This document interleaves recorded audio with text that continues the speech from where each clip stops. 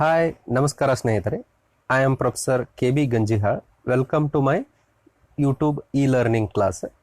In this class, we will discuss with the income tax subject of the BCom 6th semester. The chapter name is Income from Capital Gain. First, we have to discuss with the meaning of the capital gain. Meaning is, capital gain means any profit arising from the transfer of capital assets. ಯಾವುದಾದ್ರೂ capital assets ಅನ್ನ ಬೇರೆಯವರಿಗೆ transfer ಮಾಡೋದಾಗ್ಲಿ ಅಥವಾ sale ಮಾಡೋದಾಗ್ಲಿ ಅದರಿಂದ ಬಂದಂತ ಲಾಭಕ್ಕೆ ನಮಗೆ ಏನಂತ ಕರೀತಾರೆ ಅಂದ್ರೆ ಕ್ಯಾಪಿಟಲ್ ಗೇನ್ ಅಂತೇಳಿ ಕರೀತಾರ. ಇಲ್ಲಿ ಟ್ರಾನ್ಸ್ಫರ್ ಆಫ್ ಕ್ಯಾಪಿಟಲ್ ಅಸೆಟ್ಸ್ ಅಂದ್ರೆ ಏನಪ್ಪಾ ಅಂತಂದ್ರ according to section 2 sub section 14 ಪ್ರಕಾರ capital asset means property of any kind held by an assessee whether or not connected with his business or profession. ಇಲ್ಲಿ assessee ಯಾರಂದ್ರ the person who is liable to pay the tax. ಯಾವ ಒಬ್ಬ ವ್ಯಕ್ತಿ ತೆರಿಗೆಯನ್ನು ಕಟ್ಟತಾನ ಅವನಿಗೆ assessee ಅಂತೇಳಿ ಕರೀತಾರ.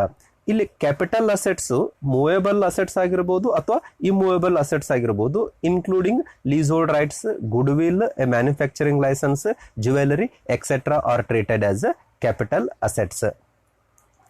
ಇಲ್ಲಿ ಇನ್ನೊಂದು question, types of capital gains. There may be chance to ask one more question is, what are the types of capital gains? There are totally two types of capital gains. First one is short term capital gain. Second one is long term capital gain. In short, they will called as STCG as well as LTCG. First one is STCG. STCG ಅಂದ್ರೆ short term capital gain. ಅದರ meaning ಏನಪ್ಪಾ ಅಂತಂದ್ರೆ any profit from the transfer of short term capital assets are called as short term capital gain.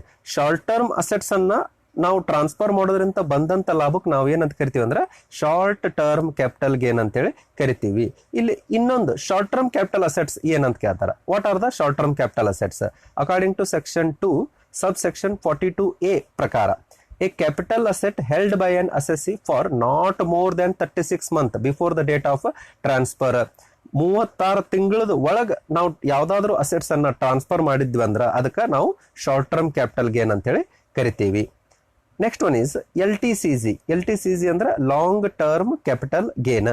ಅದರದ meaning any profit from the transfer of long term capital assets are called as long term capital gain.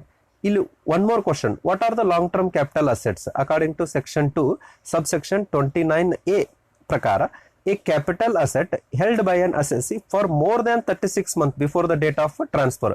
STCG ಒಳಗ less than 36 month means less than 3 years. LTCG ಒಳಗ more than 3 years ಅಥವಾ more than 36 month before the date of transfer. ಅದಕ್ಕೆ ನಾವು LTCG ಅಂತೇಳಿ ಕರಿತೀವಿ. Next one is transfer ಅಂದ್ರೆ ಮಾರದ್ ಅಥವಾ ಕೊಡೋದು. Section 2 sub section 47 what do you mean by transfer ಅಂತ ಕೇಳ್ತಾರ, ಇಲ್ಲ ಡಿಫೈನ್ ಟ್ರಾನ್ಸ್ಫರ್ ಅಂತ ಕೇಳ್ತಾರ. ನೀವು 3 ಒಳಗೆ ಯಾವ್ದಾರ ಒಂದ್ ಬರೆದ್ರು ಸಾಲ್ 2 ಮಾರ್ಕ್ಸ್ ಕೊಡ್ತಾರ. First one is sale exchange of a capital asset. Sale ಮಾಡಿರ್ಬೋದು ಅಥವಾ ಎಕ್ಸ್ಚೇಂಜ್ ಮಾಡಿರ್ಬೋದು. ಕ್ಯಾಪಿಟಲ್ ಅಸೆಟ್ಗೆ ನಾವು ಏನಂತ ಕರಿತೀವಿ? ಟ್ರಾನ್ಸ್ಫರ್ ಅಂತೇಳಿ ಕರಿತೀವಿ. ಅಥವಾ compulsory acquisition of a capital asset under any law. Third one is conversion of capital asset into stock.